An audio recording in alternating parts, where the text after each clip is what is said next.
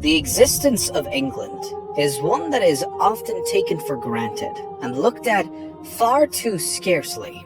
This may be due to the overshadowing history of the development of Great Britain and the United Kingdom. But nonetheless, in order for these unions to be formed, England had to already exist, and it actually has since 927 AD. So how was England created? Who claimed the land before the English, and how did it become the nation that we know today? As the Roman Empire began to fade from the British Isles, the area of modern-day England started to see a wave of migration from Anglo-Saxon Germanic tribes. According to some historians, after the Romans left, the native Britons came under attack from the nearby Picts and Scots, and subsequently welcomed some of these Anglo-Saxons in hopes that they would push out the other invaders. The Germanic peoples were successful in expelling both the Scots and Picts, but they then turned on the native Britons and established their own authority by the start of the 7th century. The new Anglo-Saxon rulers then installed the kingdoms of Essex, Kent, Sussex, Mercia, East Anglia, Northumbria, and Wessex on the British mainland. There are minimal records of what happened over the next few centuries throughout these kingdoms, but we do know that it wouldn't be long before the Anglo-Saxons would face invaders of their own. In 793, a Viking army landed at the Lindisfarne Monastery and raided the sacred building. Their violence and disrespect stunned the Anglo-Saxons, who were unprepared for what these Vikings had in store. By the end of 870, East Anglia fell to the Danish invaders, and Mercia was lost only 4 years later. As the Vikings seized Northumbria next in 875, Wessex was the only remaining major kingdom under Anglo-Saxon authority. When the current king of Wessex, Ethelred, died, his younger brother, Alfred, was left to protect his kingdom's independence. At first, he did so by paying off the Viking aggressors, until he was eventually prepared to lead an army against them.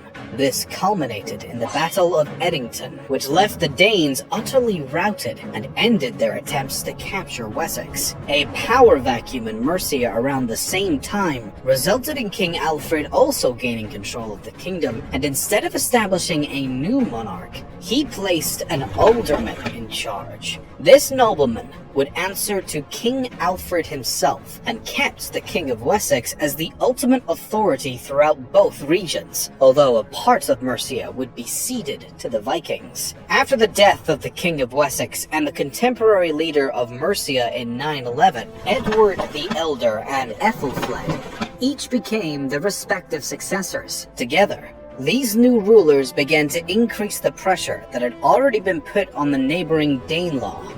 In 917, Ethelfled expanded her lands to the north, and Edward was able to incorporate all of East Anglia into his kingdom. As Ethelfled pushed forward with the expansion, she managed to extend Mercian territory all the way up to York, where the locals decided it would be best to simply pledge loyalty to her as opposed to fighting. Although Ethelfled shortly died, her daughter, Elfwin, was supposed to take her place and continue on the current course. Unexpectedly, though, the Mercian people quickly ousted their new leader and accidentally created the perfect opportunity for King Edward from Wessex to seize all of Mercia not long after. In 918, the Anglo-Saxons continued farther into Danelaw territory and slowly gained more and more land for themselves. By the time of Edward's death in 924, the newly acquired neighbors of the Anglo-Saxons had all pledged allegiance to the king. This put the Anglo-Saxons in a confident position as Edward's son, Athelstan, took over the kingdom. Around this time, Etheltan's sister would marry the local Viking ruler, Sitrick, who still controls Northumbria. Athelstan marched on and was finally able to bring the Kingdom of York under his crown as his sister's husband passed away. This left Northumbria up for grabs, and the king swiftly consolidated it as part of his kingdom. This is generally the time that most historians view the Kingdom of England as having been created. But the situation was not exactly so simple. Athelstan was not done trying to expand his kingdom however he could, and although he did term himself the King of the English at this point, it was still not quite what we know as England today.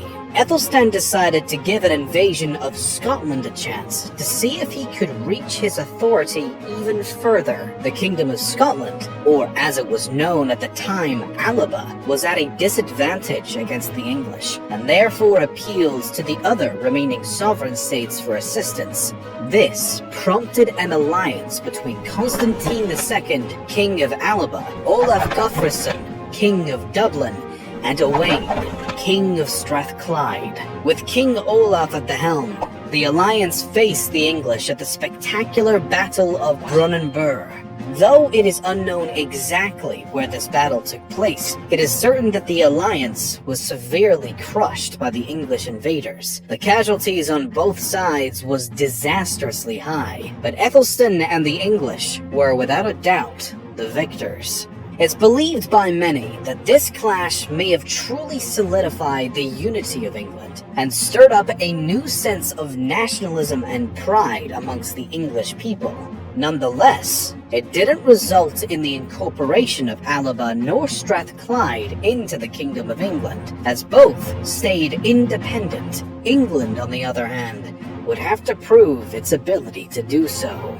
The Vikings, though temporarily defeated, would return to the young kingdom at the end of the 10th century. After Athelstan's death in 939, the previously defeated King of Dublin, who was a Viking ruler, took immediate advantage of England's temporary instability. While King Athelstan's brother Edmund took over the English realm, King Olaf swooped in to reconquer some of the lands that had once been in Viking hands. York was quickly captured, and a large chunk of what used to be Northumbria and Mercia was also taken, as he strong-armed the English into accepting this annexation. Ironically, when Olaf died in 941 and his cousin, who shared the same name, was transitioning to the throne as his successor, Edmund of England jumped on the chance to pay the Vikings back for the invasion. The following year, the middle chunk of annexed land was retaken by the English, and in only 2 more years, the Vikings were entirely pushed out of Northumbria. This essentially reunited England, since the territory was now all under Edmund's control. As ambitious as his ancestors, Edmund next invaded Strathclyde, but only took some of its southern territories by the end of the incursion. The rest was given to King Malcolm I of Scotland, as opposed to joining England. It once again appeared as though the Kingdom of England had established some stability. But this was once more short-lived. Edmund was mysteriously murdered in 946, which left his younger brother, Edred, as King of England. The next year, Eric Bloodaxe from Norway attacked and seized the recently reincorporated Northumbria, which prompted almost a decade of conflicts over who, throughout the Isles, would lead Northumbria. Eventually, the English king was able to once again and permanently reclaim the territory on behalf of England. His death soon ended his reign after this victory, and his young nephew Edwig temporarily succeeded him, but was quickly deposed in favor of his brother Edgar. However, this was only a partial deposition, which meant that Edwig would still hold a small section of the kingdom as a co-ruler. When Edwig died only 2 years after this decision, Edgar simply took over the whole of England. Under the reign of King Edgar, known as Edgar the Peaceful, the true foundations of the English kingdom could finally be established. Many reforms were passed, and a vast number of the systems and laws that had existed in the Danelaw were actually upheld in hopes of avoiding any displeasure from the Danish portion of the population. Peace, unity, and order were the pillars of Edgar's nearly 2-decade-long reign, and his work helps to fully solidify the unity of the young Kingdom of England.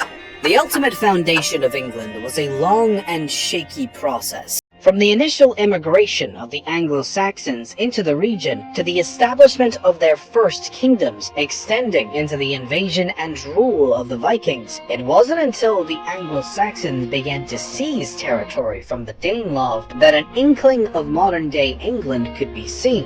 After a series of conquering, being conquered, reconquering, and so on, the Anglo-Saxons eventually united the existing kingdoms throughout England. From there, it was merely a matter of establishing solid borders, maintaining their captured territory in order to keep their kingdom physically solid, and eventually, under the rule of Edgar the Peaceful, building the foundational laws and structures of what we know now as the Kingdom or Nation of England.